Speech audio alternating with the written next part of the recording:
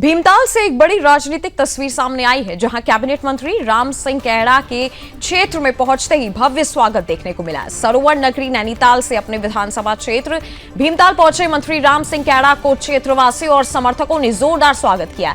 जगह जगह फूल मालाओं से अभिनंदन किया गया और बैंड बाजों के साथ भव्य शोभा यात्रा निकाली गई है।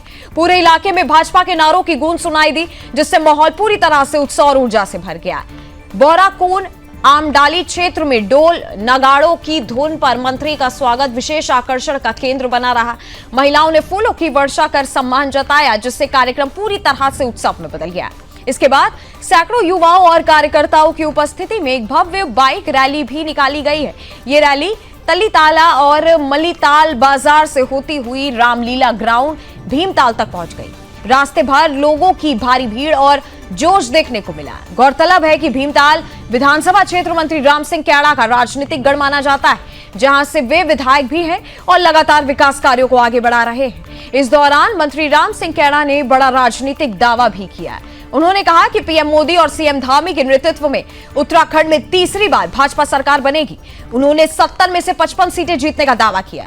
मंत्री ने यह भी कहा कि सरकार की योजनाओं का 100% लाभ जनता तक पहुंच रहा है और यही भरोसा भाजपा को फिर सत्ता तक पहुंचाएगा। कुल मिलाकर भीमताल में यह आयोजन सिर्फ स्वागत तक सीमित नहीं रहा, बल्कि यह शक्ति प्रदर्शन और आगामी चुनावों की तैयारियों का भी बड़ा संकेत माना जा रहा है।